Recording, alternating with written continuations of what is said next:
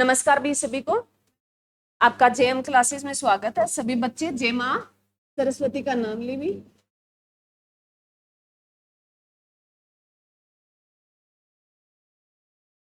क्या पढ़ रहे हैं हम? हिस्ट्री पढ़ रहे हैं, इतिहास में। आज हमारा जो टॉपिक रहेगा भी जैन धर्म। जैन धर्म।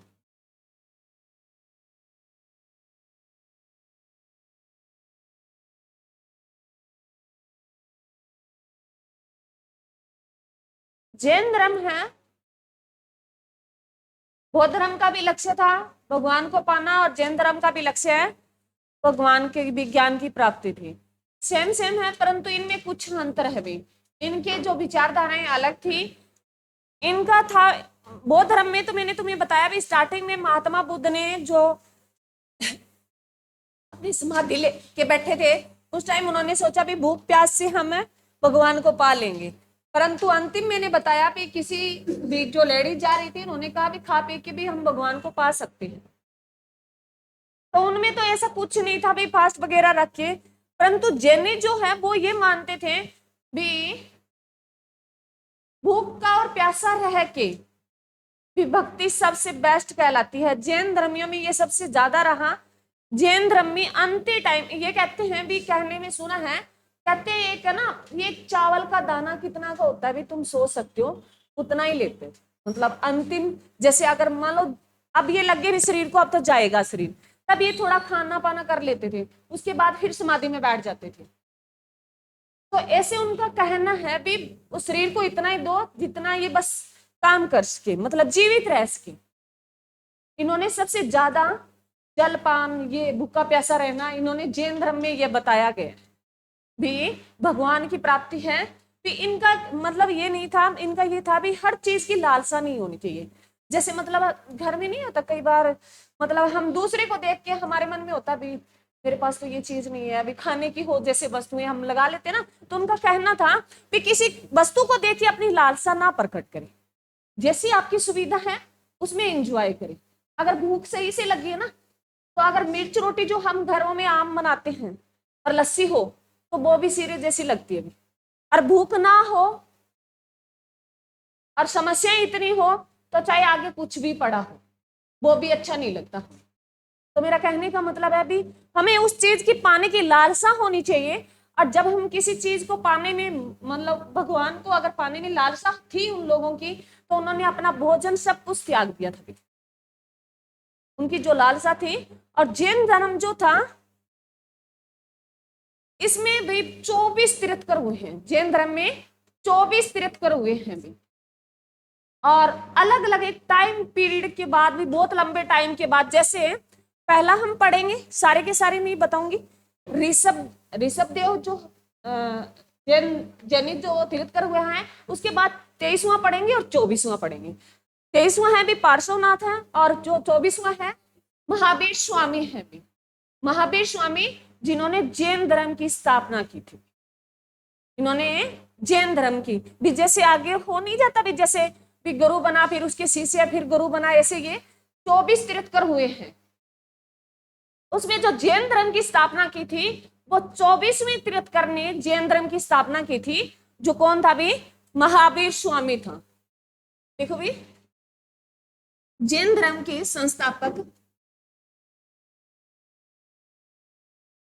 जैन धर्म के संस्थापक है कौन थे भी? महावीर स्वामी थे भी।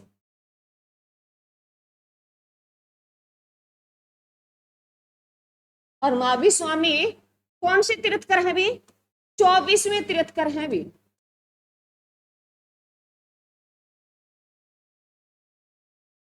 24वें नंबर के तीर्थकर है भी महावीर स्वामी भी। अगर पूछे भी जैन धर्म के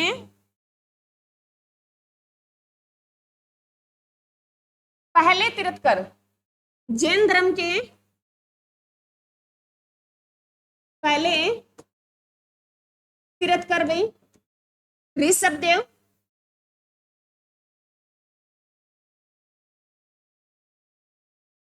ऋषभ देव, 23वें भी तीर्थकर, पार्श्वनाथ भी, और 24वें मैंने तुम्हें लिखाई थी अभी। 24वें जो थे कौन थे भी? महावीर स्वामी, जो जैन धर्म के संस्थापक थे। एग्जाम में क्वेश्चन पूछा जा सकता है। क्वेश्चन कैसे ऐसे भी पूछ सकता है कि जैन धर्म के संस्थापक कौन थे?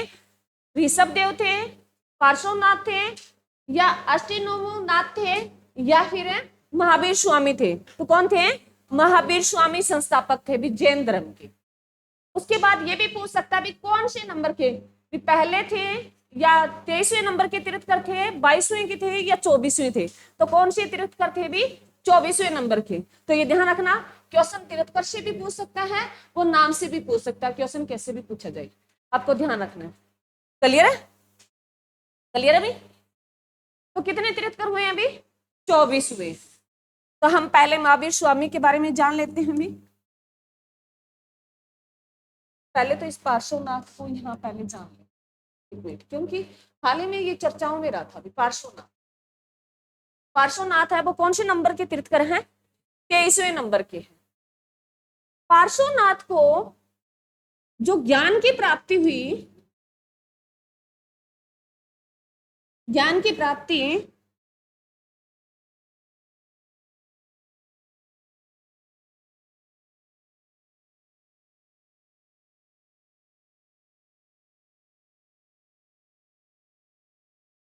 पार्श्वनाथ को ज्ञान की जो प्राप्ति हुई, वो ये जो झारखंड में एक पहाड़ी पड़ती है, जो अब जो पहाड़ी है ना, उस पहाड़ी का नाम पार्श्वनाथ पहाड़ी है भी। पहले उसका नाम था समेद शिखर भी, समेद शिखर भी। और ये शिखर पहाड़ी जो है, ये शिखर पड़ता है झारखंड में भी। कहाँ पड़ता है? झारखंड में भी। पार्श्वनाथ को जो ज्ञान की प्राप्ति हुई थी वो समेत शिखर पर हुई थी। ये एक पहाड़ी है जो कहाँ पड़ती है? झारखंड में पड़ती है भी। यहाँ से क्वेश्चन आपसे नहीं पूछेगा, परंतु हाल ही में ये पहाड़ी चर्चाओं में रही है। इस पहाड़ी का नाम बदलकर क्या कर दिया गया? आपसे क्वेश्चन पूछा जाएगा कि हाल ही में जो चर्चाओं में रही थी वो पहाड़ी कौन सी थी? पार्श्वनाथ पहाड़ी में, पार्श्वनाथ पहाड़ी में, जो कहां पड़ती है भी? झारखंड में पड़ती है भी। पार्श्वनाथ पहाड़ी कहां पड़ती है? झारखंड में। क्योंकि पार्श्वनाथ तो चले गए, अब उस पहाड़ी का नाम रख दिया जहां उसे ज्ञान की प्राप्ति हुई, उस पहाड़ी का नाम रख दिया पार्श्वनाथ पहाड़ी भी। हाल ही में चर्चाओं में क्यों रही थी? क्योंकि ये जैन धर्मियों का प्रमुख जो स्थान है भी, उनकी आस्था है इससे जुड़ी हुई। क्योंकि जो जैनी धर्म को मानते हैं उनकी आस्था जुड़ी हुई है, जैसे हमारी मंदिरों से जुड़ी होती है। जिस भगवान को मानते हैं तो मंदिरों से हमारी आस्था जुड़ी होती है ना, तो वैसे ही पार्श्व जो जैन धर्म के लोग हैं उनकी आस्था जुड़ी हुई है इस पार्श्वनाथ पहाड़ी से। और ये बोला गया कि पार्श्वनाथ पहाड़ी पे होटल वगैरह स्थापित किए जाएंगे। पार्श्वनाथ जो थे भी, होटल वगैरह वहां व्यवस्था नहीं है, अभी पहाड़ी है, वहां अपना माथा वगैरह टेक के आते हैं वो, तो वहां भाई होटल वगैरह की व्यवस्था करेंगे तो वहां गंदगी आएगी। अगर होटल वगैरह जाता है तो गंदगी जाती है ना, तो उन्होंने उसका विरोध किया कि यहाँ कोई ऐसी व्यवस्था ना बनाए गवर्नमेंट, कोई भी उद्योगपति यहाँ कोई गवर्नमेंट, क्योंकि गवर्नमेंट या उसको देती है ना, पास करती है भी आप बना सकते हो, क्योंकि गवर्नमेंट को पैसे चाहिए, तो उनकी अनुमति कौन देती है? गवर्नमेंट देती है। तो झारखंड की जो गवर्नमेंट के खिलाफ जो सारे के सारे जैन धर्मी जो तीर्थकर थे, वो सॉरी भी जो उनके अनुयायी थे वो इकट्ठे हुए, उन्होंने उनका विरोध किया। तो हाल ही में ये पार्श्वनाथ पहाड़ी चर्चाओं में रही थी। ये उसका था भी होटल वगैरह है, कहते हैं भी होटल वगैरह जाएगा तो वहां मांस मीट जाएगा।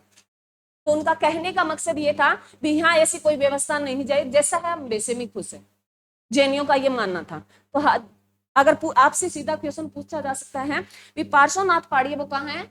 झारखंड में है। और ये किस तीर्थकर से संबंधित है? 23वें तीर्थकर भी पार्श्वनाथ से संबंधित है, तुम्हें इतना ही ध्यान रखना है। परंतु एग्जाम में क्वेश्चन और भी पूछा जाता है भी पार्श्वनाथ का प्रतीक चिन्ह है, पार्श्वनाथ है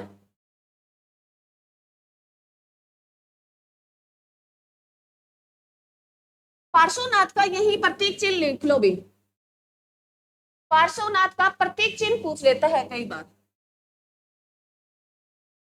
प्रतीक चिन्ह भी।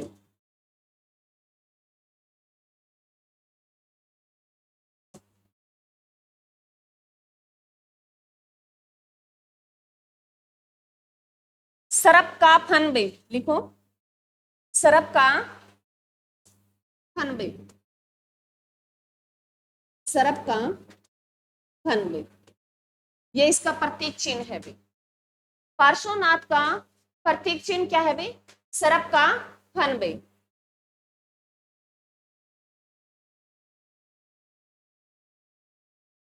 लिख लिया भी सभी ने? ऋषभ देव का और लिख लो भी साथ में, ऋषभ देव का लिख लो भी साथ में। ऋषभ देव का जो प्रतीक चिन्ह है,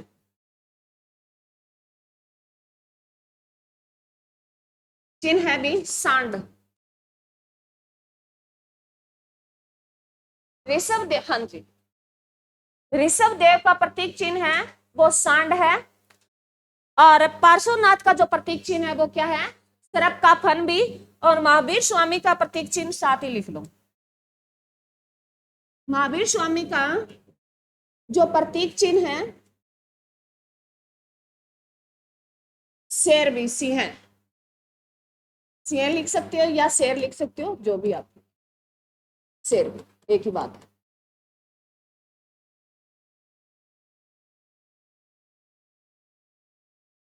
महावीर स्वामी का जो प्रतीक चिन्ह है वो क्या है? शेर है। और ऋषभ का क्या है भी? सांड है। और पार्श्वनाथ का सरप का फन भी। क्लियर भी? इन तीनों तीर्थकर को जो पहला आपको याद रखना है, पहला तीर्थकर कौन था? ऋषभ देव था। 23वां कौन था? पार्श्वनाथ था। और 24वां कौन था? महावीर स्वामी था भी। अब सारा का सारा हम पढ़ेंगे महावीर स्वामी के बारे में। इनके बारे में बस इतना ही बताना है आपको। एग्जाम में क्वेश्चन पूछे भी जैन धर्म में कितने तीर्थकर हुए हैं? 24 हुए हैं, बस इतना ही याद रखना। अब लिखेंगे महावीर स्वामी का जन्म,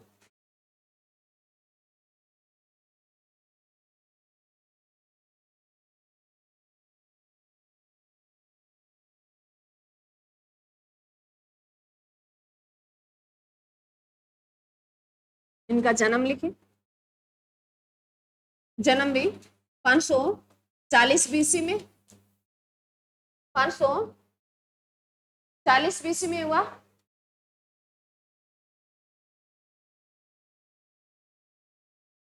कहाँ हुआ भाई? इनका जन्म है वैशाली में हुआ भाई।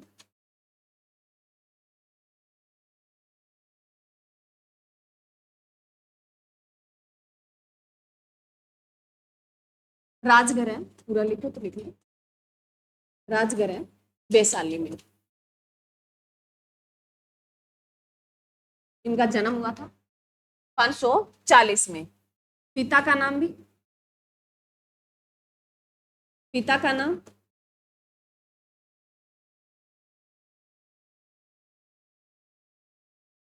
सिद्धार्थ भी, पिता का नाम सिद्धार्थ भी। और वहां बौद्ध धर्म में किसका नाम था भी? सिद्धार्थ है, महात्मा बुद्ध का था। माता का नाम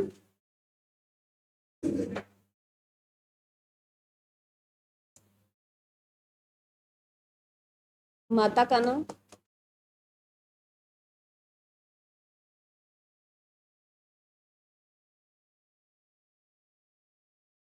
तिरसला भी, माता का नाम तिरसला।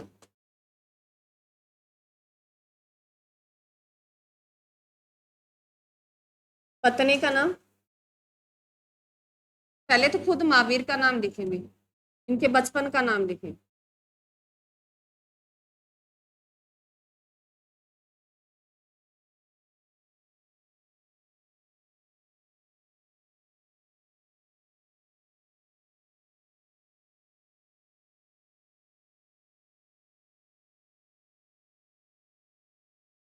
क्या हो रहा है? ये पेन भी काम नहीं कर।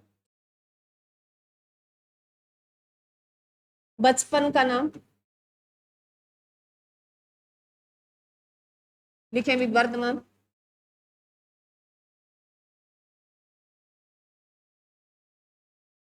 महावीर स्वामी के बचपन का नाम क्या था भाई? वर्धमान। उसकी पत्नी का नाम लिखें,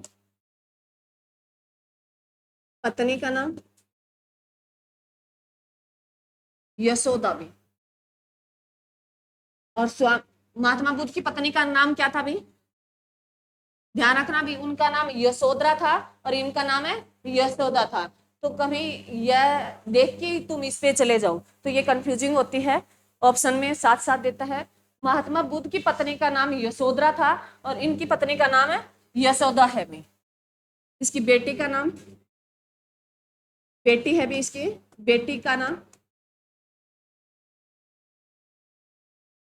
प्रिय, प्रियदर्शिका भी।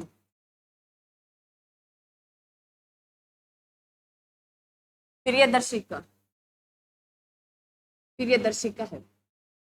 इसके दामाद का नाम,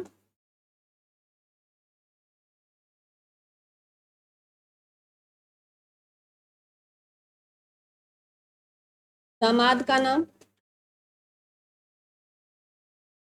जमाली भी, जमाली भी। दामाद का नाम जमाली भी हो गया। और ये जो जमाली है ये महावीर स्वामी का प्रथम शिष्य है भी। उसके उन्होंने अपने दामाद को ही प्रथम शिष्य बनाया था, इसके पीछे लिख लो। प्रथम शिष्य महात्मा बुद्ध का प्रथम शिष्य कौन था भी? कौन था भी? आनंद था भी। प्रथम है, महिलाओं में उसकी माँ थी भी, पहली गौतमी थी। उसका पहला प्रथम शिष्य जो था महात्मा बुद्ध का आनंद था भी। और महावीर स्वामी का प्रथम शिष्य वो कौन है? उसी अपना दामाद को बनाया भी उन्होंने, जमाली को। अब लिखे भी गृह त्याग, गृह त्याग।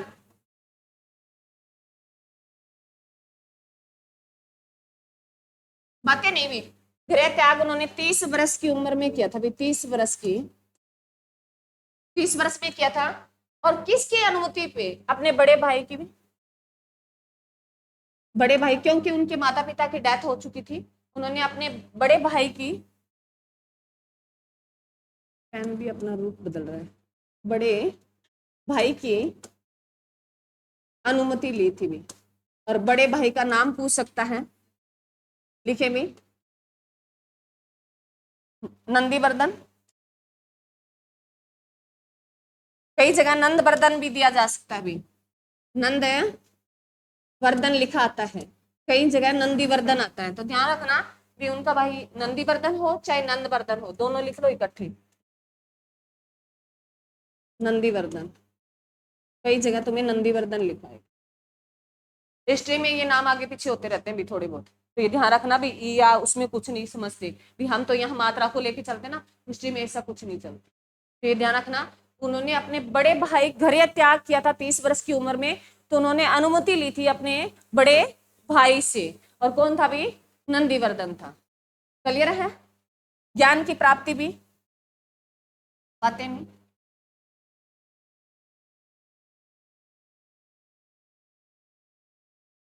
ज्ञान की प्राप्ति भी 12 वर्ष के बाद हुई भी, 12 वर्ष के बाद हुई। तो 30 में 12 प्लस कर दो, कितने हो गए भी? 42 वर्ष की उम्र में उसे ज्ञान की प्राप्ति हुई थी। 42 वर्ष की उम्र में उसे ज्ञान की प्राप्ति हुई। एग्जाम में क्वेश्चन ऐसे भी पूछा जा सकता है कि कितने वर्ष के बाद हुई, तो 12 वर्ष के बाद हुई। और ये पूछ सकता है भी कितने वर्षों में, कितना वर्ष का हो गया था तब उसे ज्ञान की प्राप्ति हुई? 42 वर्ष के हो गए थे तब महावीर स्वामी, तब उन्हें ज्ञान की प्राप्ति हुई थी। लिखे भी ज्ञान की प्राप्ति, किस नदी, नदी लिखो, किस नदी के नीचे उन्हें ज्ञान की प्राप्ति हुई थी? रिजु पालिका भी, रिजु पालिका नदी के किनारे उसे ज्ञान की प्राप्ति हुई थी भी। नदी के किनारे भी। और वृक्ष पूछे, वृक्ष पूछे, साल का वृक्ष भी, साल का वृक्ष भी। नदी पूछे, ऋजुपालिका नदी थी, और ये वृक्ष पूछे तो साल का वृक्ष था भी। क्या हो गया?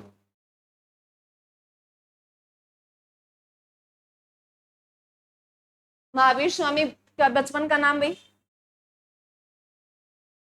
वर्धमान। महावीर स्वामी के बचपन का नाम, पिता का नाम, माता का नाम, और पत्नी का नाम, पुत्री का नाम, दामाद का नाम। कब हुआ भी जन्म? 540 बीसी में हुआ भी। कहाँ हुआ? राजगृह वैशाली में हुआ भी। ये महाजनपद में पढ़ेंगे भी, महाजनपद में बताया जाता है। पहले मैंने महाजनपद कराए क्योंकि उनका बड़ा चैप्टर है, तो ये छोटे छोटे ये करने। अब लिखें भी मृत्यु भी।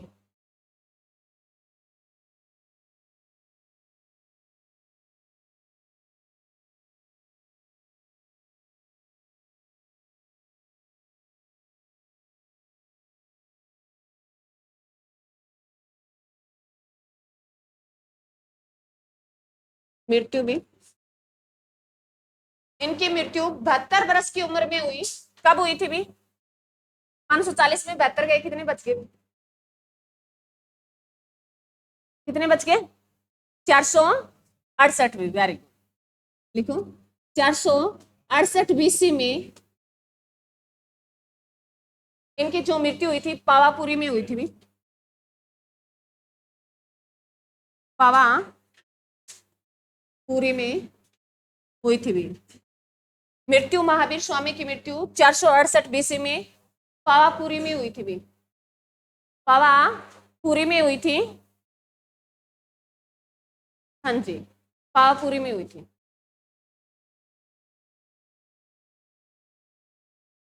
महावीर स्वामी की जो मृत्यु हुई वो 468 बीसी में हुई, और कितनी बरस की उम्र में होगी थी भी? 72 बरस। लिख लो, 72 बरस की उम्र में इनकी मृत्यु होगी थी। कहां पर है अभी बताओ? पावपुरी कहां पड़ता है अभी?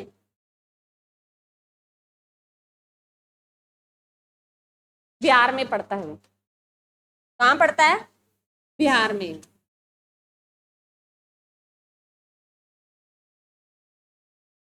ये कंप्लीट हो गया भाई।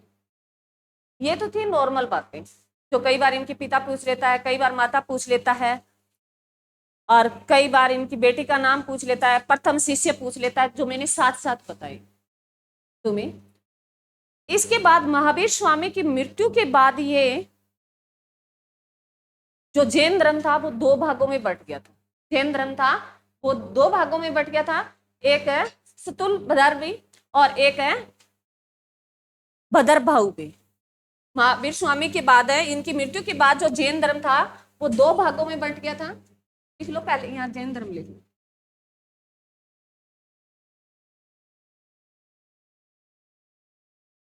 जैन धर्म लिख लो। जैसे मैं आपको डायग्राम से बताती हूँ वैसे वैसे बनाते जाना, आपकी क्लियरिटी होती जाएगी। जैन धर्म है महावीर स्वामी की मृत्यु के बाद दो भागों में बट गया था।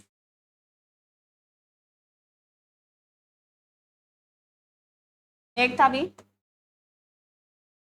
सतुल भद्रवी है ये, और एक था भद्रभाऊ भी। ये पेन चेंज नहीं हो रहा, तो बड़ा बड़ा हो। जैन धर्म दो भागों में बट गया था महावीर स्वामी की मृत्यु के बाद। सतुल भद्रवी और बहु भद्रवी।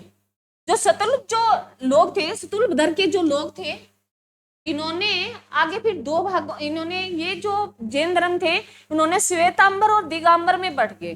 जो सतुल भद्र के लोग थे इन्होंने श्वेतांबर को चुना भी। श्वेतांबर लिख लो, बताऊंगी श्वेतांबर भी। और जो भद्रभाऊ थे इन्होंने दिगंबर को चुना भी।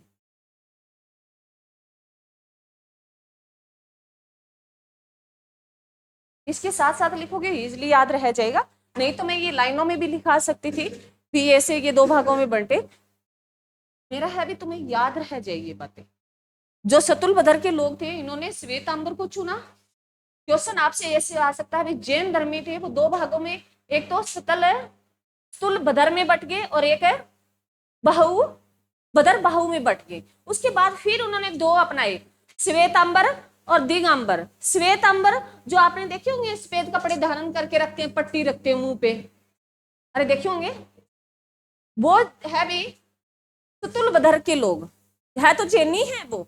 और जो एक नंगन अवस्था में रहते हैं, बिल्कुल आपने रील वगैरह देखी होगी, हाल ही में एक जो है जैनी जिनकी डेथ हुई है भी,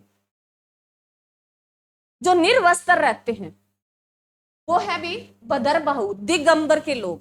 तो आपको ध्यान रखना है, पूछ सकता है भी श्वेतांबर में जो जैनी है वो क्या निर्वस्त्र रहते हैं या श्वेत कपड़ जो वस्त्र है वो धारण करके रखते हैं। तो लिखिए श्वेतांबर की जगह नीचे लिखो भी, ये जो लोग हैं ये श्वेत कपड़ा रखते हैं भी, श्वेतांबर लोग हैं ये सफेद वस्त्र रखते हैं भी, सफेद लिख लो, ये संस्कृत का वर्ड है, सफेद वस्त्र रखते हैं, ये सफेद है, वस्त्र धारण करते हैं भी अपने शरीर पर, ये सफेद है, वस्त्र धारण करते हैं। और जो दिगंबर है ये निर्वस्त्र रहते हैं भी, ये क्या रहते हैं, निर्वस्त्र रहते हैं भी। दिगंबर जो लोग हैं वो निर्वस्त्र रहते हैं, और जो श्वेतांबर हैं वो सफेद वस्त्र रखते हैं भी अपने। क्या हो गया इधर, कोई दिक्कत? ये ध्यान रखना भी, आपसे दोनों पूछ सकता है भी, दो पार्ट जैन धर्म के हो गए थे, एक है स्तुलबधर भी और एक है बदर बहु भी। जो स्तुलबधर जो लोग थे उन्होंने श्वेतांबर को चुना, वो श्वेत वस्त्र रखते थे, और जो बदर बाहु लोग थे उन्होंने दिगंबर को चुना, भी निर्वस्त्र रहते थे। क्लियर है? क्लियर है या नहीं है अभी? तो ये ध्यान रखना, सफेद कपड़े पहन के रखते हैं, जो पट्टी मुंह पे रखते हैं भी, कहते हैं भी एक जीव को भी हम सांस लेते हैं तो भी जीव अंदर जाते हैं, उनका कहना है भी। तो आपने देखा होगा जो बाल मुंडा लेते हैं भी, बाल नहीं रखते, महिलाएं भी नहीं रखती, वो पट्टी वगैरह रखती है, सफेद कपड़े रखते हैं। और आपने पैदल देखे हैं जाते हुए, आपने देखेंगे कर्नाटक साइड ज्यादा मिलते हैं, ये जैन धर्मी है। एक मिनट पहले तुम्हें थोड़ा मानचित्र से बता देती हूँ, इस एरिया में जन्मे, बौद्ध धर्म और जैन धर्म लगभग इस एरिया में रहा। यहाँ कहते हैं भी जो जैन धर्म हमने पढ़ा, जो बौद्ध धर्म पढ़ा, उसमें हमने देखा भी अजात शत्रु, काला अशोक, अशोक, ये शासक आए बौद्ध धर्म में। यहाँ जो जैनी सबसे पहले आया, चंद्रगुप्त मौर्य आया था भी। चंद्रगुप्त मौर्य ने जैनियों को अपनाया, और चंद्रगुप्त मौर्य का टाइम पीरियड था भी 300 ईसा पूर्व बीसी, जब उस टाइम चल रहा था चंद्रगुप्त मौर्य का शासनकाल था अभी। और चंद्रगुप्त मौर्य ने, हम चंद्रगुप्त मौर्य पढ़ेंगे तब सारी बातें करेंगे, परंतु मेरा समझाने का भी तुम्हें ये ध्यान रहे कि चंद्रगुप्त मौर्य था, उनका शासन चल रहा था हमारे देश में 300 बीसी के आसपास। तो कहते हैं भी क्योंकि महावीर स्वामी की मृत्यु हो गई भी 468 में, 300 बीसी के आसपास चंद्रगुप्त मौर्य वंश चल रहा था। उस टाइम 12 साल कंटिन्यू अकाल पड़ गया था भी। तो कहते हैं भी जो जैनी लोग थे, जो स्तुलबधर के लोग थे, वो यहां से कर्नाटक आ गए थे भी, यहां से कर्नाटक आ गए थे। तो जो श्वेतांबर वाले लोग है ना, वो यहाँ देखने को ज्यादा मिलेंगे कर्नाटक के आसपास। कर्नाटक में आपने श्रवण बेलगोला सुना होगा, अरे कर्नाटक में श्रवण बेलगोला एक स्थान है, नहीं सुना ना? बाहुबली फिल्म किसने देखी?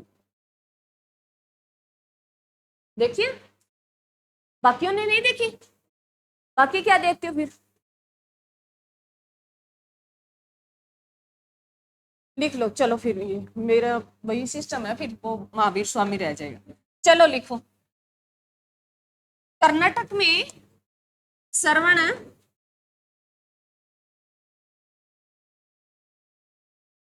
बेलगोला में एक स्थान पड़ता है, कहां भी?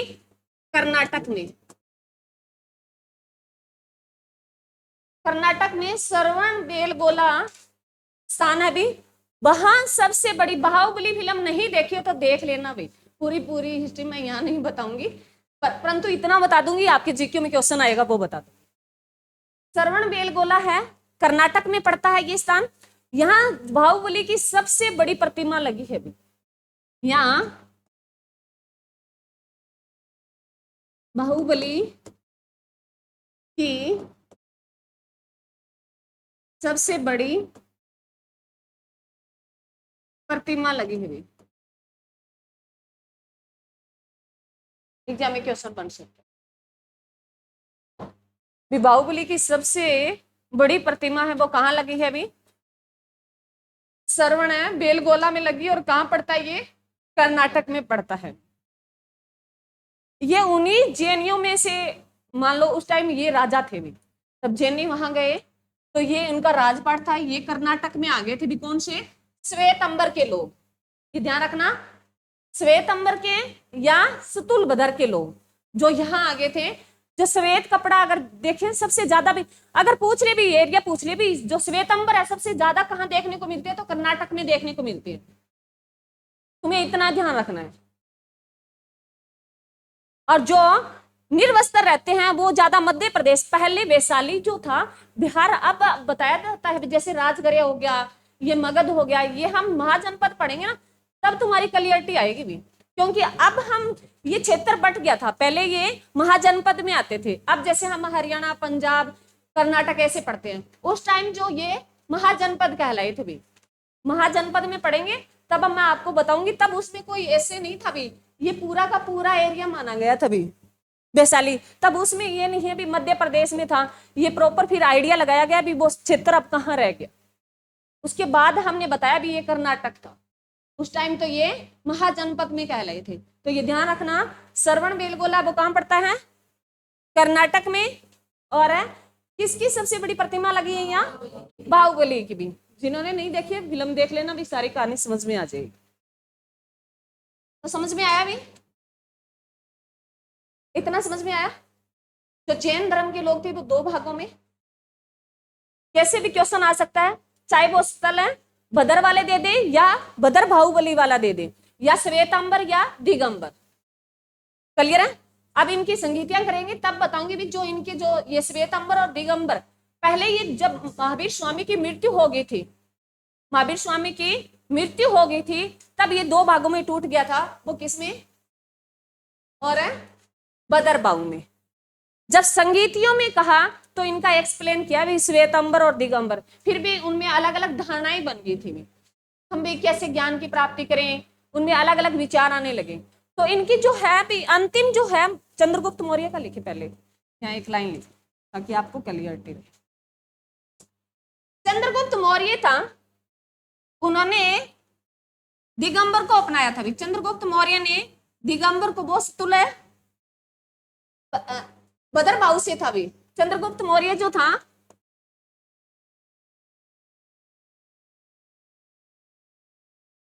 चंद्रगुप्त मौर्य भी, चंद्रगुप्त मौर्य पढ़ेंगे तब दोबारा और पढ़ेंगे भी, ये बदरबाऊ से थे। और इन्होंने अपने प्राण त्यागे। एग्जाम में क्वेश्चन पूछा जाता है भी चंद्रगुप्त मौर्य ने अपने प्राण किस पद्धति के द्वारा त्यागे थे? सुलेखना पद्धति के द्वारा। आपको इतना ही ध्यान रखना है, चंद्रगुप्त मौर्य ने अपने प्राण त्यागे थे वो सुलेखन में, सुलेखन पद्धति के द्वारा अपने प्राण त्याग दिए थे। ये सुलेखन बहुत बार पूछा जाता है। सुलेखन पद्धति वह पद्धति है भी जिसमें अन्न पानी बिल्कुल छोड़ दिया जाता है। अंतिम दिनों में अन्न पानी बिल्कुल छोड़ दिया जाता है, खाना पीना सब कुछ। सुलेखना इसके पीछे लिख लो, नीचे लिख लो, इसमें खाना पीना नहीं किया जाता भी। चंद्रगुप्त मौर्य ने जो अपने प्राण त्यागे थे वो किस पद्धति के द्वारा भी?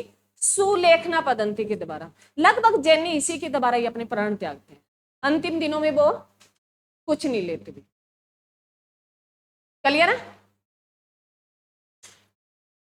ये एग्जाम में क्वेश्चन आता है भी चंद्रगुप्त मौर्य ने अपने प्राण जो त्यागे थे वो किस पद्धति के द्वारा त्यागे थे भी। उसके बाद लिखो इसके तीर्य रतन लिखो भी, महावीर स्वामी के 3 रतन हुए हैं।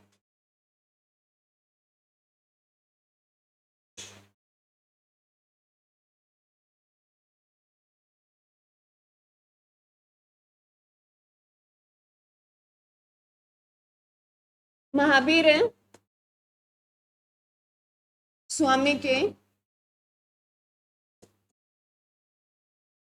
रतन भाई, सम्यक दर्शन लिख लेंगे।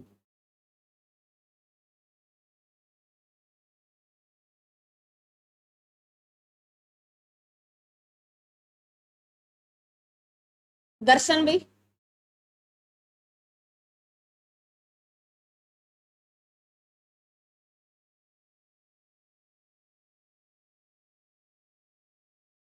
सम्यक दर्शन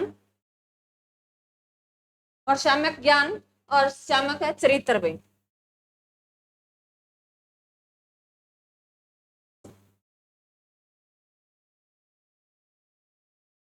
चरित्र भाई,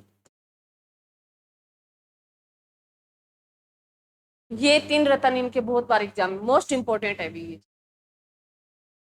ये 3 रतन आपको कंफ्यूज कर देंगे, वहां जो एग्जाम में दिए होंगे तो बौद्ध धर्म के और इसके इकट्ठे देगा, और इसमें ये पूछेगा भी कौन सा बौद्ध का नहीं है, कौन सा जैन का है, तो ये ध्यान रखना।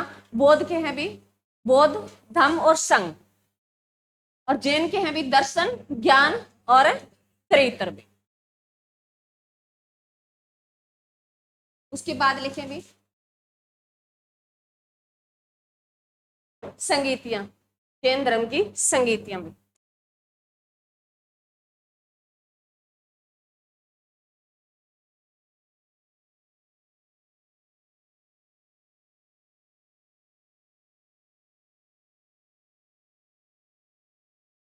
जैन धर्म की संगीतियां भी, संगीतियां। जैन धर्म में 2 ही संगीतियां हुई है भी, लिखे भी प्रथम, प्रथम संगीति जो 320 में हुई है। इस टाइम शासक था चंद्रगुप्त मौर्य भी, शासक था चंद्रगुप्त मौर्य भी।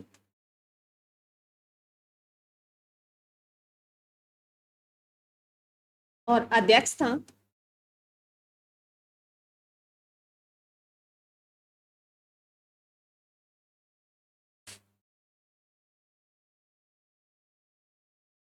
सतुल भदर में, अध्यक्ष था तुलभदर था।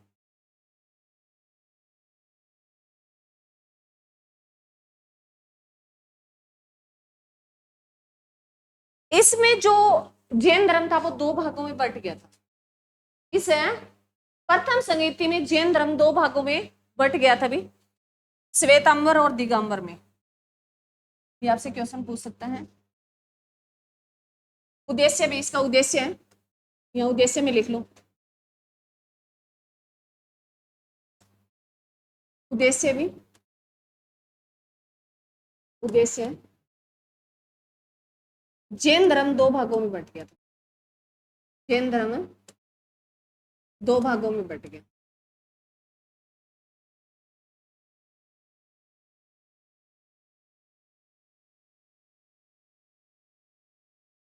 श्वेतांबर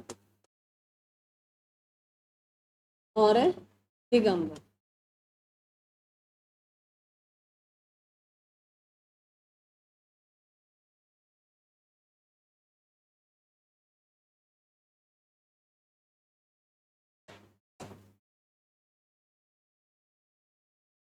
दिगंबर तो पूछ सकता है भी जैन धर्म 2 भागों में कब बट गया था। जैसे श्वेतांबर और दिगंबर में बटा, वो कौन सी भी, प्रथम बौद्ध संगीति में। सेकंड बौद्ध संगीति लिखे भी सेकंड है बहुत संगीति लिखी।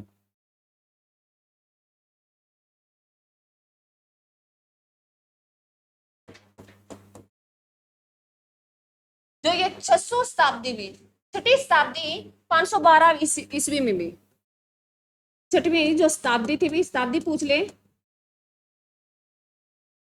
और पूछ ले भी प्रॉपर, तो ये 512 ईस्वी भी, 512 ईस्वी भी,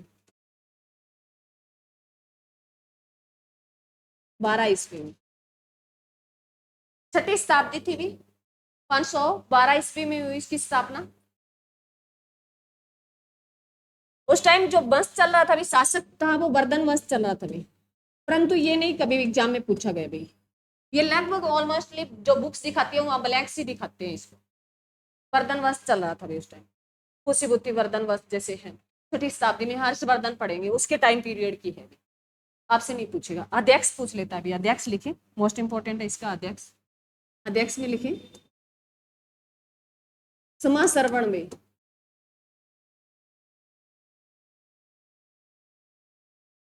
तो इसका अध्यक्ष पूछ लेता है, परंतु इसका शासक नहीं पूछता।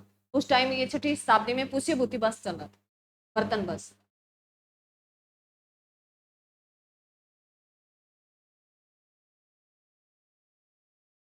और जो ये स्थान भी, जो पहली बहु संगीति हुई थी, जो स्थान पाटलिपुत्र थी भी, क्योंकि उस टाइम है जो स्थान ये कहाँ हुई थी भी, स्थान इसके स्थान और लिख लो सब, स्थान लिखो भी, ये कहाँ हुई स्थान, पाटलिपुत्र भी, पाटलिपुत्र में हुई। पाटलिपुत्र कहाँ पड़ता है भी, जिसको वर्तमान में पटना कहते हैं भी, बिहार में पड़ता है। और जो सेकंड बौद्ध संगीति हुई थी ये बल्बी में हुई थी भी, सेकंड बौद्ध संगीति हुई थी ये बल्बी में हुई थी भी। ये महाजनपद मैं तुम्हें करवाऊंगी, तब ये मैं दोबारा रिपीट करूंगी भी, तुम एक बार सेम सेम लिख लो।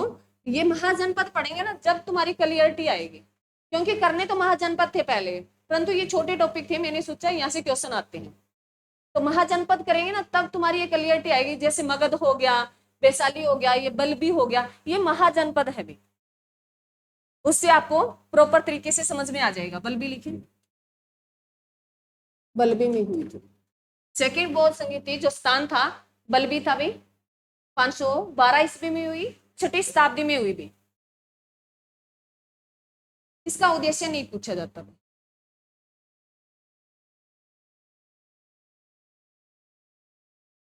बल्बी है भी,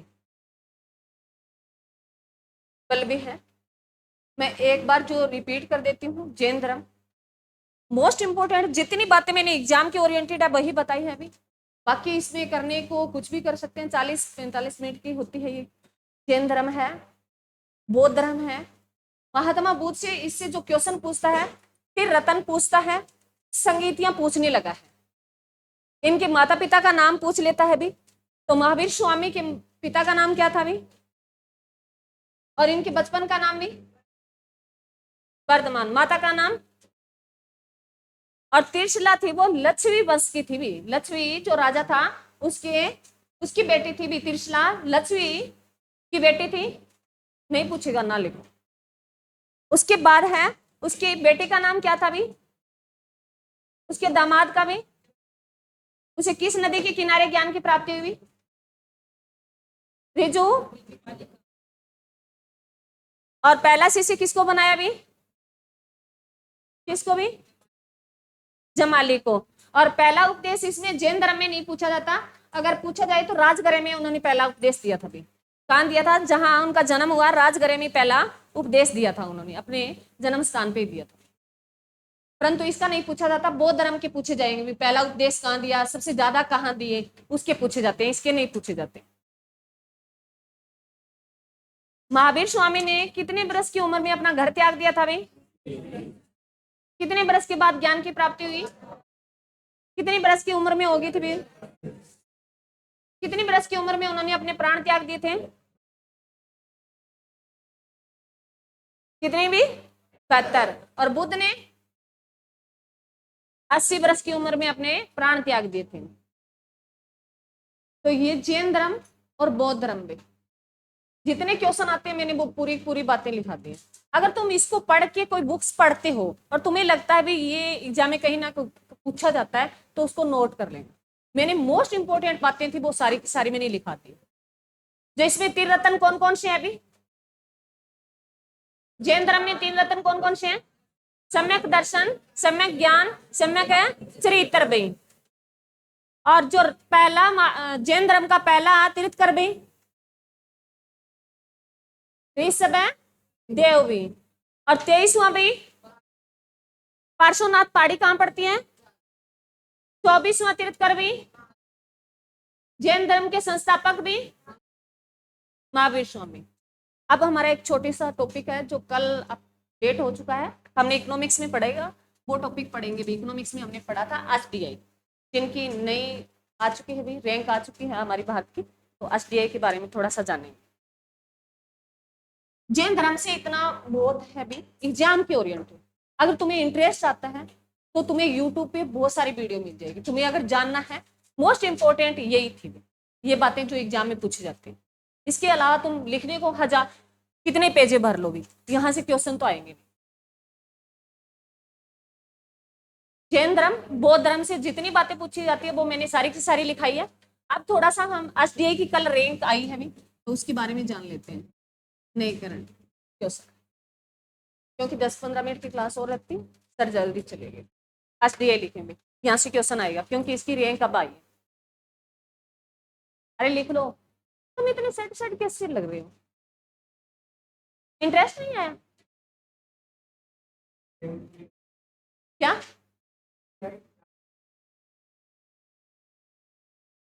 नहीं इधर मैं और बच्चों को भी कह रही हूँ, आपकी तो है चलो, बाकी पीछे वाले ऐसे देख रहे हैं बिल्कुल वो होता है ना स्टेचू होता है उस तरीके से बैठे कुछ बच्चे तो बिल्कुल ना हिल रहे हैं।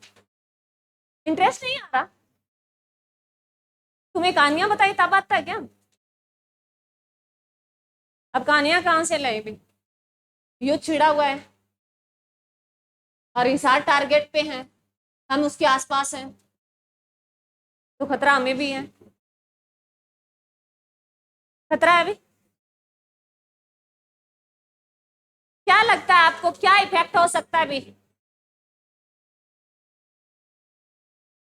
पाकिस्तान को खत्म कर देना चाहिए? कर देना चाहिए? क्यों भाई? वहां व्यक्ति नहीं रहते हैं उनकी उनको प्यारी नहीं है अपनी जान? आतंकवादियों को बिल्कुल सुपड़ा साफ कर देना चाहिए आतंकवादियों का। पाकिस्तान को नहीं भी, पाकिस्तान में भी बहुत सारे लोग रहते हैं वो भी अपनी दुआ कर रहे हैं मालिक से कि हमारी जान बख्श दो।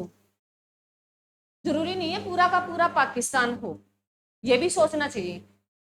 नाम तो पाकिस्तान का ही आता है, आतंकवादियों का जितना है आतंकवादियों को ये बता दिया जाए भी हाँ इससे भी ऊपर कुछ है। उनको एक बार क्योंकि 71 के बाद 99 में कारगिल में दिखाया गया उनको और अब फिर दिखाया जा रहा है।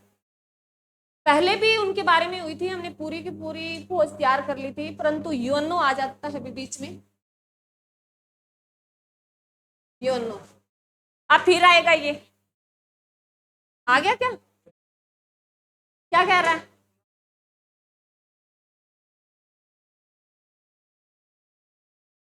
अच्छा यूएनओ ने कहा है क्या पाकिस्तान से?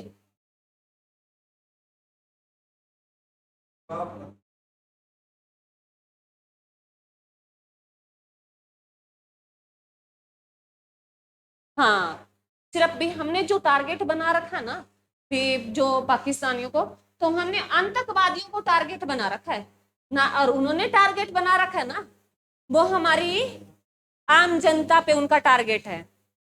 फिर उन्होंने जो टारगेट बनाया है कल 15 जो आई है अभी लिस्ट आई है 15 में, उसमें हमारा हिसार है, अंबाला है, पंचकुला है, चंडीगढ़ है, पंजाब का है बॉर्डर लगते हुए राजस्थान के कुछ इलाके। तो उनका जो टारगेट है अर्थव्यवस्था को नष्ट भ्रष्ट कर देना, क्योंकि उसके सपोर्ट में कौन खड़ा है? चाइना खड़ा है। पीछे जिसका हाथ होता है ना, कई बार पड़ोसी कहते हैं ना लड़ाई हो आस पड़ोस की तो पड़ोसी कहते हैं मेरा नाम ना लियो, उसने वैसे कहा वो कहा बस मेरा नाम नहीं आना चाहिए। तो चाइना कहता है तू अपनी पावर लगा सामने से, उनकी अर्थव्यवस्था अस्त व्यस्त कर दी। और इधर हमारे साथ खड़े हैं बाकी पावरफुल कंट्रियां खड़ी हैं। भी आप एक बार, परंतु ये सबक सिखाना जरूरी है। मेरा तो यह है भी आतंकवाद को ये बताया जाए, उनको एक बार जो उनके ठिकाने हैं वो एक बार हम कर देंगे खत्म, तो ऑलमोस्टली सारा का सारा खत्म नहीं हो सकता भी, और क्या पता कब क्या हो जाए, क्योंकि ऊपर वाला ही जानता है। आतंकवाद को खत्म करना है भी, पाकिस्तान को नहीं, पाकिस्तान में भी निर्दयी लोग हमारे जैसे हैं वो जो दुआ कर रहे हैं डेली, भी सुबह उठेंगे या ना उठेंगे पता नहीं क्या हो जाएगा। आज न्यूज में आई है, इधर पंजाब में कोई एरिया बताया, कहते हमने तो छत के ऊपर खड़े होके मिसाइल का वो दृश्य देखा। आप सोचे भी, जो फौजी भाई है हम तो दृश्य ही देख रहे हैं, परंतु जो दिन मतलब सोच करें भी, अगर हम खड़े हो, हमारे भाई बहन खड़े हो, तो हमें कितना वो लगता है। जो 2 लड़कियां वायरल हो रही है हर रोज, स्टेटस आता है, एक भूमिका है और एक वो कौन सी है, शोपिया है क्या, हाँ। तो जो पहलगाम का अटैक हुआ उन्होंने दूसरे दिन ही दिखा दी थी, उस दिन ही बता दिया था। तो वहां अब कहते हैं भी नारी शक्ति को अब इतना बढ़ा के लिया जा रहा है, और पीछे वाली ड्रम वाली घटना हुई तब नारी शक्ति, तब हर इंसान को ऐसे डराया जा रहा था भी हर कोई ड्रम लेके आ रहा है। तो ये सोशल मीडिया है।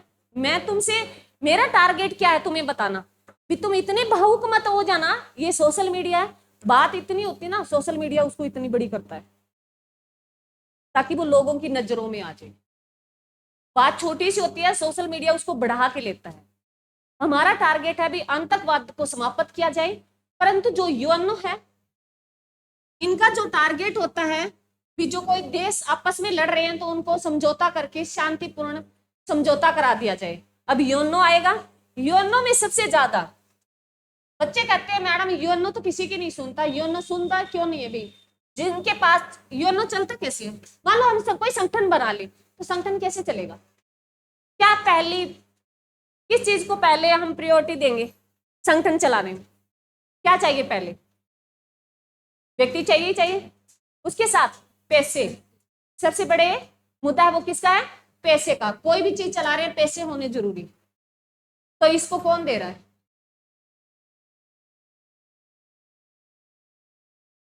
और जहां सबसे ज्यादा जो पैसे देता है, आपने घर में देखा होगा, कई देखे हैं भी, जो बिल्कुल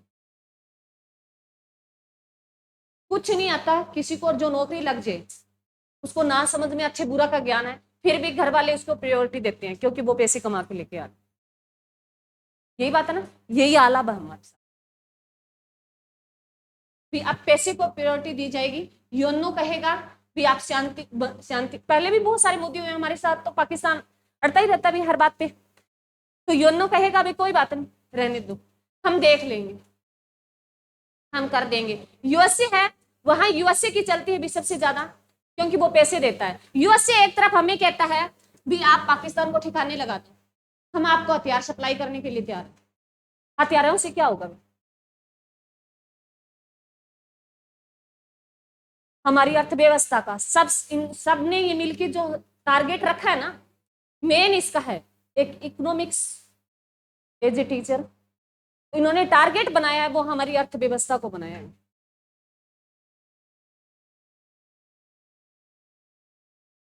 इन सबका जो हाथ है वो इसको नष्ट भ्रष्ट कर देना, ताकि भारत अपने आप घुटने टेक देगा, क्योंकि उनके पास इतनी पॉपुलेशन है, इतने साधन भी। पहले हम बहुत रिकवरी की हमने कोरोना के बाद बड़ी मुश्किल से, वैसे भी हम बहुत कर्जवान हैं आईएमएफ और वर्ल्ड बैंक के। अब अगर यह स्थिति होती है तो खर्चा आएगा ही आएगा, पैसे से चल रहा है सब कुछ। फौजी भाई चले गए तो उनके घर वालों को भी देना है।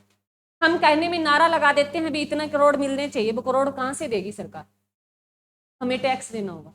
अब तुम्हें ये कह दिया जाए, जैसे भी अगर कह दिया जाए जो टैक्स दे रहे हैं वो टैक्स को अगर सरकार डबल कर दे तो तुम देने के लिए तैयार हो, देने के लिए तैयार हो, अरे तैयार हो या नहीं हो, कोई नहीं देता भी, 1-2% है टैक्स से। मैंने तुम्हें एक दिन पहले इकोनॉमिक्स पढ़ा रही थी, मैंने बताया भी सरकार चलती है वो टैक्स से चलती है, भी पैसा सबसे ज्यादा आता है वो इसी से आता है। और ये पैसे चाहिए हमें। अब अगर क्योंकि हालात हमारे, तो आपको भी पता है और मेरे को भी पता है भी कैसी दयनीय स्थिति बनी हुई है, पैसे चाहिए सरकार को, इनके युद्ध लड़ने के लिए हमें पैसे चाहिए। हमारी अर्थव्यवस्था है वो 6.5% की रफ्तार से ग्रो कर रही है। ये सभी इकोनॉमिक जो अर्थव्यवस्था विश्व में सबसे ज्यादा तेज जो कर रही है वो हमारे भारत की अर्थव्यवस्था कर रही है। तो सभी ने मिलके ये टारगेट बना रखा है। सामने से कई होते हैं ना, पड़ोसी में आपके साथ हूं, और पीछे से कुछ और भी चल रहा होता है। तो ये है भी उनका। ये ना सोचे भी बस नाम ले दिया, ये जो है सोशल मीडिया वायरल हो रहा है तो सब कुछ हमारे साथ है, सब कुछ कोई नहीं है, अभी हम ही हैं। नुकसान अर्थव्यवस्था को होगा। हाँ, उनको सबक सिखाना है भी, आतंकवादी है जो मिसाइलें वगैरह दाग देंगे, एक बार उनको समझ में आ जाएगा। बहुत जरूरी है आतंकवाद खत्म करना भी, ताकि वो हर दिन हमें परेशान ना करें। और मैं तो कहती वो जम्मू वाला एरिया वो ले ले बस, जैसे धारा हटा दी जम्मू वाली। जम्मू कश्मीर का कुछ एरिया है पाक के पास, हाँ, पीओके, जो पीएके जो पार्ट है वो हमारा, उसमें मिला ले भी, इधर चाइना वाला और निपटा दे, चल तो रहा ही है काम। परंतु इतना इजीली नहीं होता। ये सोशल मीडिया है तुम्हें गुमराह कर रही है, परंतु टारगेट है अपना, अपना माइंड लगाए भी हमारी अर्थव्यवस्था को है वो नुकसान पहुंचाना है भी, सबसे ज्यादा लॉस होगा। कोरोना काल को हम अब बड़ी मुश्किल से रिकवरी कर पाए हैं भी, पैसे कहां से आएंगे हमारे पे? अगर होता है ना सबसे बड़ा युद्ध, तो हमारे सबसे ज्यादा बर्डन आएगा, सबसे ज्यादा। और पैसे देने को कोई तैयार नहीं है अभी। और जो फौजी भाई लड़ रहे हैं ना हमारे लिए, उन्होंने भी अपनी जान पे वो की, उनकी रक्षा, उनकी रक्षा की वजह से तो हम बैठे हैं यहाँ। अगर आप भी, मैंने एक दिन तुम्हें पहले बताया भी, हमें किसी चीज का डर ना हो ना, तो आज भी मनुष्य दानों से कम नहीं है। और तुम अगर तुम चाहते हो तो एक दिन की छूट दे के देख लो भी, एक दिन की छूट है, आपको कुछ भी करो, हम आपको कुछ नहीं कहेंगे। तो राक्षस से भी बुरे हैं, खतरनाक है इंसान। तो उनकी पावर होनी भी जरूरी है, अर्थव्यवस्था को मैनेज करना भी जरूरी है। अगर टैक्स का मतलब ऐसा कोई आता है, क्योंकि सरकार दबाव डालेगी डालेगी, ये ऑफिशियली बात है, उसका जो मतलब टैक्स वगैरह बढ़ाएगी, तो तुम्हें कहीं कोई जिक्र हो ना, तो तुम्हें उसका ये समझाना है। मेरा मीनिंग तुम्हें ये बताने के लिए इसलिए था भी, ताकि तुम उनको बता पाओ भी सरकार किन से चलती है, हमसे चलती है भी। दे तो कोई बात नहीं भी, सरकार की मदद करें भी जो दे रहे हैं, मतलब। और ऐसे किसी के बकावे में मत आ जाना भी, पैसे इकट्ठे कर हम सरकार को पहुंचा रहे हैं, कोई नहीं पहुंचाता। तो ये ध्यान रखना। एचडीआई भी, यूएनओ की पहले तो फुल फॉर्म बता दो भी, यूएनओ की यूनाइटेड है नेशन ऑर्गेनाइजेशन, स्थापना भी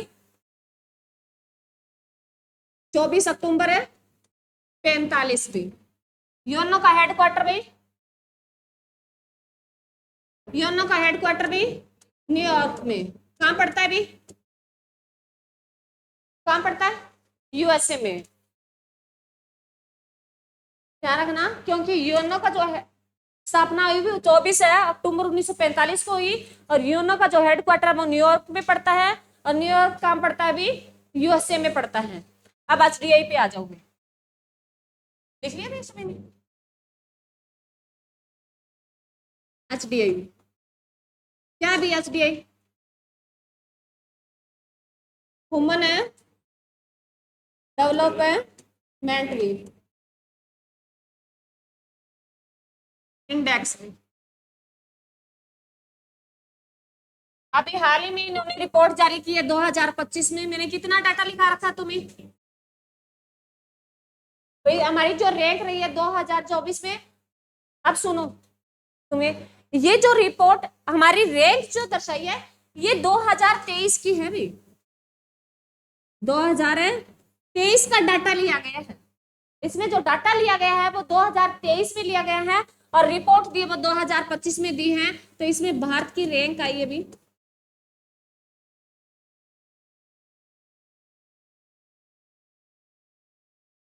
130वीं भी।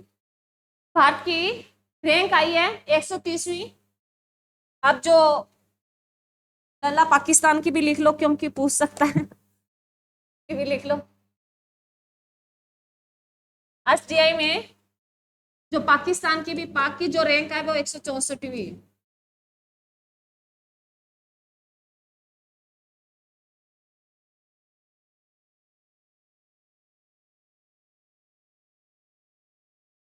जो मैंने तुम्हें बताई भी 2024 में जो डाटा आया था वो 2022 की रिपोर्ट थी भी। आंकड़े जो उठाए गए एसडीआई में कितने होते हैं भी? 3 स्तर लिए जाते हैं एसडीआई में, कौन कौन से भी बताइए। एसडीआई में है 3 स्तर होते हैं, वो कौन कौन से होते हैं? फर्स्ट बताइए भी। नहीं आता तुम्हें? सच में नहीं पता?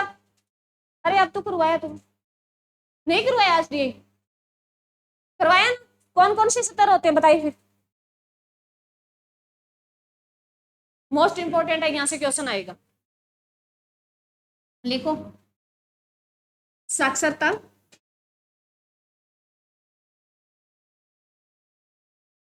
जीवन प्रत्याशा,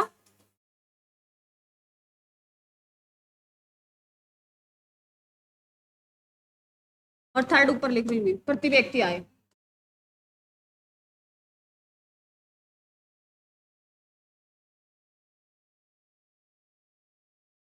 जो हमने हिस्ट्री पढ़ रही है ना, हिस्ट्री से ज्यादा मोस्ट इंपोर्टेंट है, यहाँ से क्वेश्चन पूछता है। यहाँ 101% आपका क्वेश्चन आता है। एसटीआई में 3 स्तर लिए गए हैं, जीवन प्रत्याशा, साक्षरता और प्रति व्यक्ति आय। और प्रति व्यक्ति आय की जगह पीछे लिख लो इसकी ब्रैकेट में राष्ट्रीय आय, क्योंकि कई बार वो प्रति व्यक्ति आय ना दे के सीधा राष्ट्रीय आय दे देता है। राष्ट्रीय आय कई बार वो प्रति व्यक्ति आय ना देके राष्ट्रीय आय दे देता है। एसडीआई की हाल ही में रिपोर्ट जारी हुई है, और इसकी रिपोर्ट जो जारी करता है कौन करता है? हाँ जी, कौन करता है एसडीआई की रिपोर्ट? यूएनडीपी भी। क्या है भी UNDP? United nation development program भी। ये रिपोर्ट जारी करता है एसडीआई की। और वर्तमान में जो हमारी रैंक आई है 25वीं, 23 का डाटा है, 25 में ये रिपोर्ट दी है, उसमें रैंक हमारी रही है 130वीं भी, और पहले कितनी थी?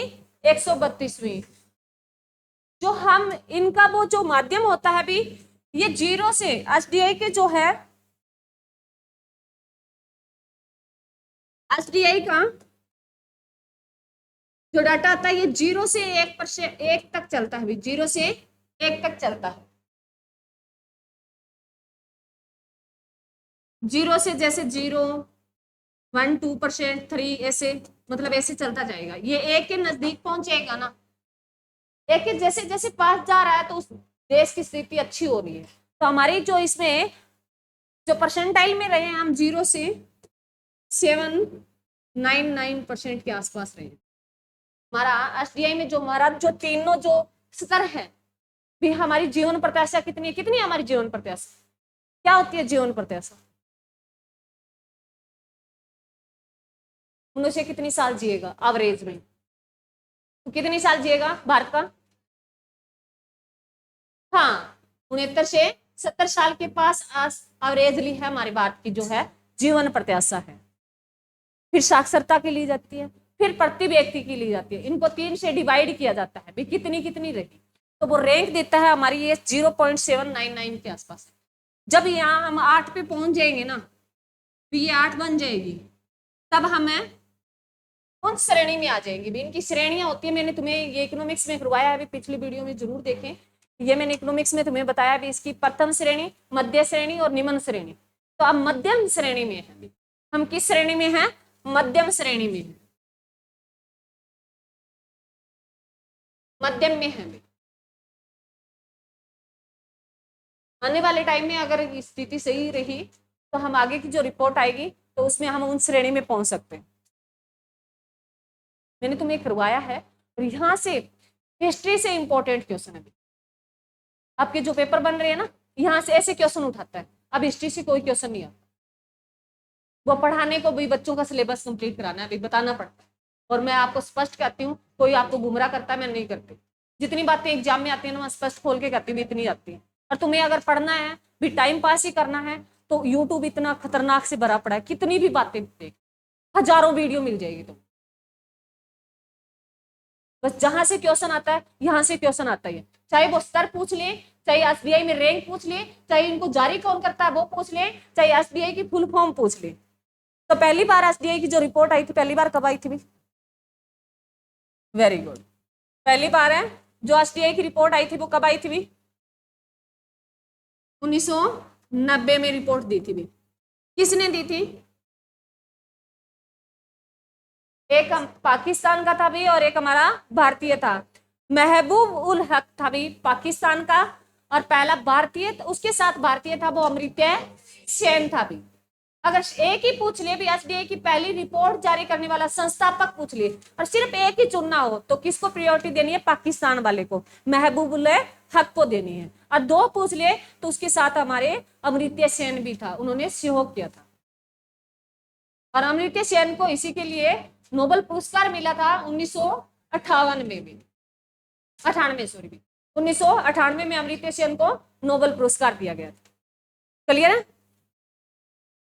अरे क्लियर है या नहीं? और एक मैंने तुम्हें नोबेल पुरस्कार से याद आया, जो ये पोल्टी में टेस्ट में था भी, नॉर्वे की राजधानी क्या है? ओस्लो भी। क्या है नॉर्वे की राजधानी? तुमने गलत क्यों की भी? कुछ एक बच्चों की सही है भी। बिल्कुल क्वेश्चन। अरे तो एक संविधान पारित होता है, पारित कब हो गया था? 26 नवंबर 1949 को पारित हुआ, लागू और पारित होने में। और 26 जनवरी को ही हमने क्यों चुना भी 26 जनवरी को ही लागू करना है?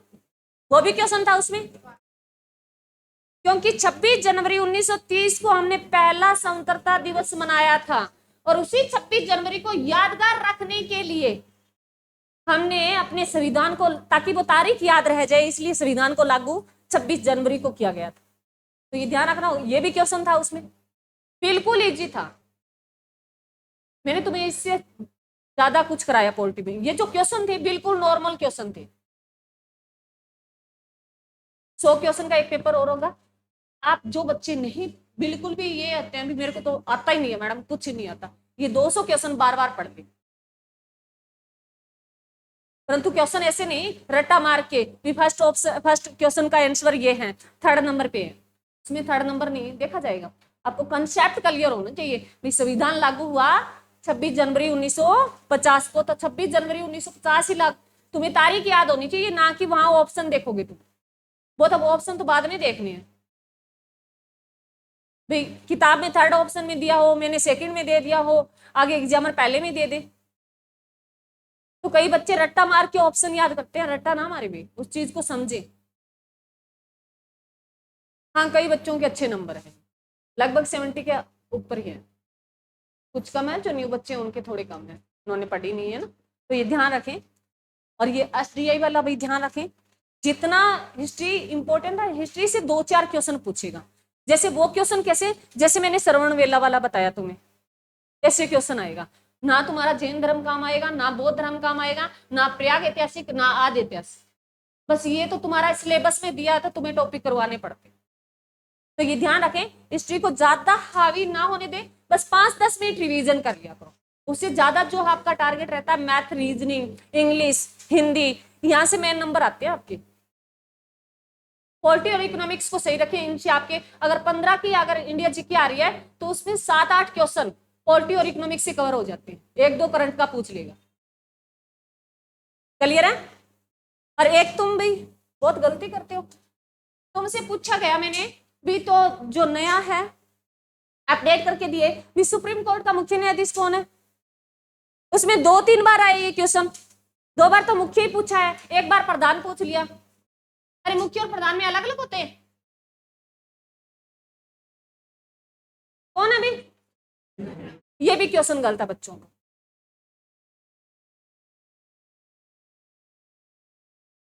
सुप्रीम कोर्ट का जो वर्तमान में अध्यक्ष कौन है?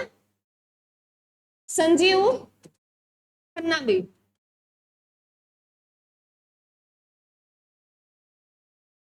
उसके बाद जो पूछा गया भी, आरबीआई का गवर्नर आया है इसमें? इसमें नहीं आया। उसके बाद वित्त आयोग का अध्यक्ष भी, वित्त आयोग कौन जारी करता है ये पूछा गया है।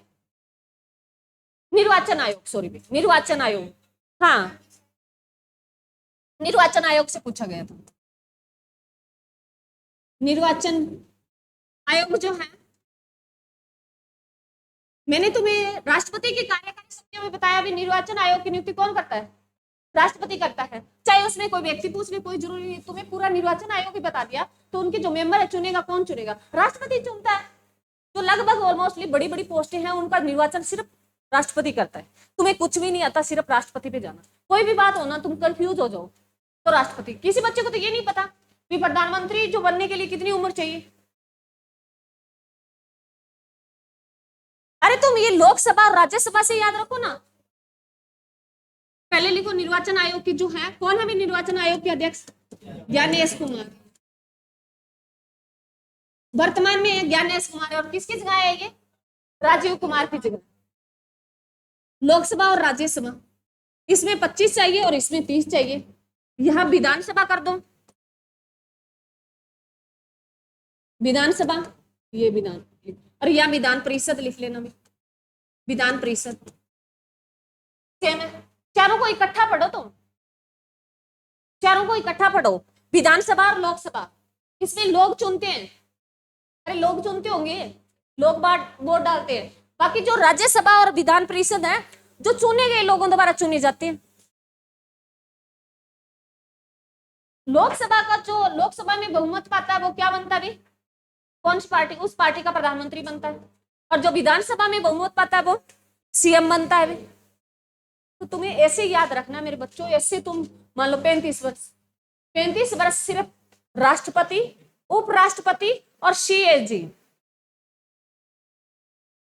और सुप्रीम कोर्ट का पूछ लिया भाई, सुप्रीम कोर्ट का सेवानिवृत्त कब होता है? 70 का, 65 का होता है। 65 वर्ष तक की नौकरी करता है। उसका ये नहीं पूछेगा कितने साल का वो बनेगा, उसका ये पूछेगा मैं सेवानिवृत्त कब होगा। जो ये क्वेश्चन है ना, इन क्वेश्चन को बार बार पढ़े मेरे, बिल्कुल इजी क्वेश्चन थे फिर भी गलत कर रखे। एक विधि मंत्री पूछ रखा था भी, वो अर्जुन मेघवाल है भी। और एक तुम्हें सिंपल क्वेश्चन पूछ रखा, विदेश मंत्री पूछ रखा है। एक तुम्हें पूछ रखा है अभी जो ये क्या चल रहा है अभी, कौन सा पूछ, हाँ लोकसभा अध्यक्ष पूछ रखा है। 16वां लोकसभा अध्यक्ष कौन था? किसी बच्चे ने तो ओम बिड़ला भी नहीं कर रखा। 17वीं और 18वीं लोकसभा अध्यक्ष ओम बिड़ला रहा है। 16वीं लोकसभा अध्यक्ष है कौन है? सुमित्रा महाजन रही है भी। तो ये ध्यान रखना भी, 17वीं और 18वीं लोकसभा अध्यक्ष कौन रहे हैं? ओम बिड़ला। एक सीधा पूछ रखा है, किसी चीज की बैठक बुलानी हो संघ सरकार में, तो बुलाता तो राष्ट्रपति है अभी बैठक, बैठक बुलाता है राष्ट्रपति, परंतु अध्यक्षता करता है। आपने देखा कभी संसद देखी है कभी? अरे वीडियो वायरल होती है, बीच में वो ऐसे ऐसे मतलब एक वो कुल्हाड़ी वो रखता है, थोड़ा सा ऐसे ऐसे करता है, खामोश रहो खामोश रहो, वो लोकसभा स्पीकर ही होता है, चुप हो जाओ। वो अध्यक्षता करता है पूरे की पूरी। प्रधानमंत्री तो बाकी चेयर पे बैठते हैं, राष्ट्रपति भी बैठता है। वो बैठक बुलाता है, संयुक्त बैठक बुलाता है संसद की, वो कौन बुलाता है? राष्ट्रपति बुलाता है। उनकी अध्यक्षता करता है लोकसभा स्पीकर करता है।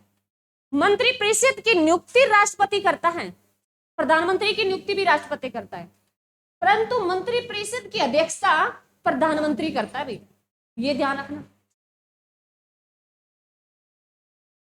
बिल्कुल इजी थे, इससे इजी पेपर नहीं आएगा भी। ये जो पीछे पूछे गए ना, इससे टफ आने की संभावना है, इजी आने की नहीं है।